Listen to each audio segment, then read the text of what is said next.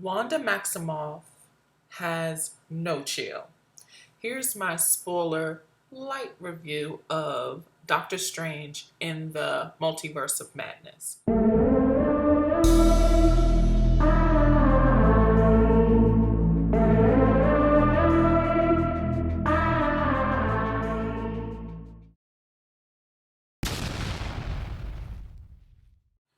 Here's the thing. Full disclosure, I left the theater wanting more Scarlet Witch and less Doctor Strange. I think she stole all the scenes, and this seemed to be an extension of WandaVision without Vision. Doctor Strange was a little underwhelming. This was too much on the wizardry side and not enough character development for my taste. It's full of zombies, robots, sorcerers, wizards, witches, transformers even, and a giant one-eyed octopus. And the set pieces and the sequences are good. This is visually beautiful. It's a visually beautiful film. I did see this in Dolby. So the sound editing, the sound was very powerful, so the experience was good. And the premise was decent, but it was overshadowed by that visual, fantastical spectacle and that hauntingly masterful score. The score is exceptional. So I went to a late night showing of this film, which was pretty much sold out. The crowd amicably laughed at the jokes, which were minimal and somewhat juvenile. Of course, it's not rated R. The audience cheered at the cameos, which were also minimal. And the audience laughed at the final post-credit scene, not the one with Charlize. There were crickets when she appeared on screen, and I was surprised at that. So anyway, Doctor Strange is the title character, but he was criminally overshadowed by Wanda Maximoff. She had the best storyline, especially for Mother's Day weekend release. And it seemed like a continuation of WandaVision minus Vision, like I said. Wanda's a witch destined to rule the multiverse, but all she wants is to remove the hex that made her two sons disappear to an alternate universe that she can't reach. Wanda's willing to destroy everyone that gets in her way to get back to her kids. She's particularly hell-bent on harvesting the untapped power of America Chavez, even to the point of killing her and anyone who gets in her way. Wanda believes that America Chavez's power will return her sons to her and keep them alive forever, or in her dimension forever. So if she has to kill America Chavez, Doctor Strange, or even Wong, so that America Chavez is an undeveloped character in this film. I think screenwriter Michael Waldron should have spent a little more time developing her arc because it's very intriguing. A TV series, in my opinion, might have better served her character. In this film, she has the power to portal through different dimensions. Wanda needs that power to portal to the universe where her two sons are stuck. America Chavez, for the longest time, doesn't understand how to maximize her power, so it's pretty much wasted. Ironically, America Chavez accidentally hexed her parents with her power and fears using it will cause more pain. Wanda, as we know from WandaVision, accidentally hexed her sons with her power and fears not having them back will make the pain worse. As the story opens, America Chavez transports to Stephen Strange's universe. He thinks he's dreaming, but this has actually happened. He thinks he's in a dreamlike state. And she's hoping that he can help her escape Scarlet Witch. But in Strange's universe, she causes havoc and has to leave before she causes more. She solicits Strange's and Wong's help to help keep her safe. Strange and Wong had her at Carmitage, thinking America will be safe from Scarlet there, but she's anything but safe. Scarlet goes on to wreak havoc throughout all of the dimensions and universes to capture America and siphon her power. There's a tender scene when Scarlet Witch portals to WandaVision's dimension and sees her sons in person. Up to this point, she's only seen them in her dreams, reliving those final moments with her two sons.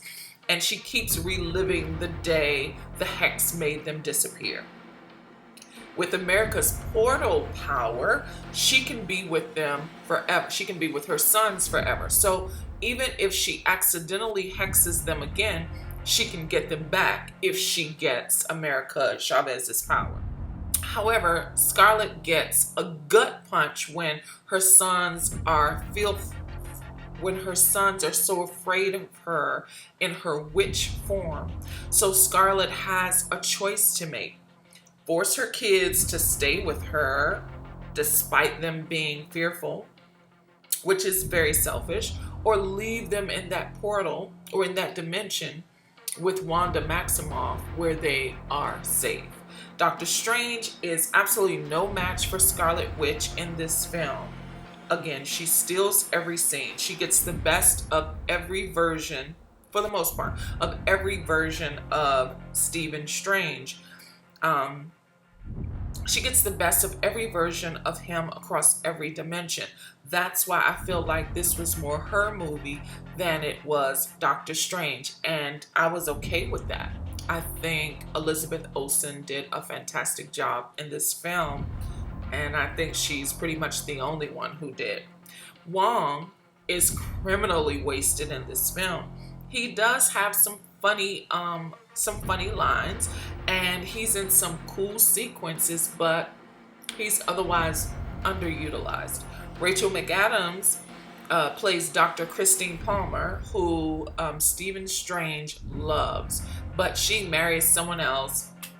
She also doesn't trust him in none of his versions as Doctor Strange. But there is a really tender scene where he promises to love her forever. It's really sweet, but then it doesn't last long because we get a teaser that Stephen Strange may get another chance at love with Charlize Theron's character Clea.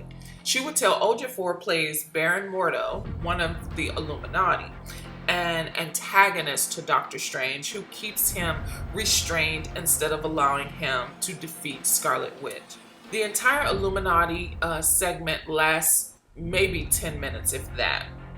They do try to stretch that 10 minutes, but it doesn't last long, and that was a shame because it's one of the dopest sections of this film. Scarlet versus the Illuminati was masterful.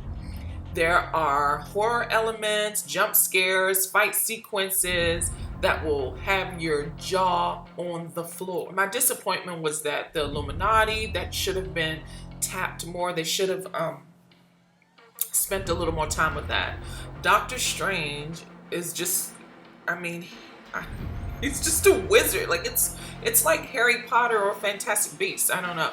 And Wong is underutilized. America Chavez is underdeveloped. I think they should have taken a little more time to develop that arc because she and Wanda have like mirroring issues, and that would have been just a really, really good story. I hope they consider expanding that universe. Now, I tend to see superhero and villain movies at least twice during their theatrical runs, but I'm not interested in seeing this one in the theaters again. Twice. I was anticipating this film, and it just did not live up to my expectations. If you enjoyed Spider-Man, lower your expectations for this. Spider-Man was great. I saw it in the theater 3 times. I don't think I'm gonna see Doctor Strange again. Now, Spider-Man's multiverse was exciting. This one lacks substance, and isn't as digestible as Spider-Man, No Way Home, I should say, but it's cool to look at and sounds exhilarating. So that's why I'm torn. I recommend seeing this film in IMAX or Dolby in the theater at least once. Um, Multiverse of Madness is a visual experience worth seeing on the big screen, and I recommend it again. I recommend it in IMAX or Dolby if you're going to see it at all. But I'm not moved to see it twice. If they greenlight a Scarlet Witch spinoff or even develop an America Chavez series, I'm all in on that. On a grading scale, I would rate Multiverse of Madness a B minus, strictly for how great Wanda was in this film. Thank you so much. If you stuck around this long, I appreciate you. Please consider liking, commenting, sharing, and subscribing.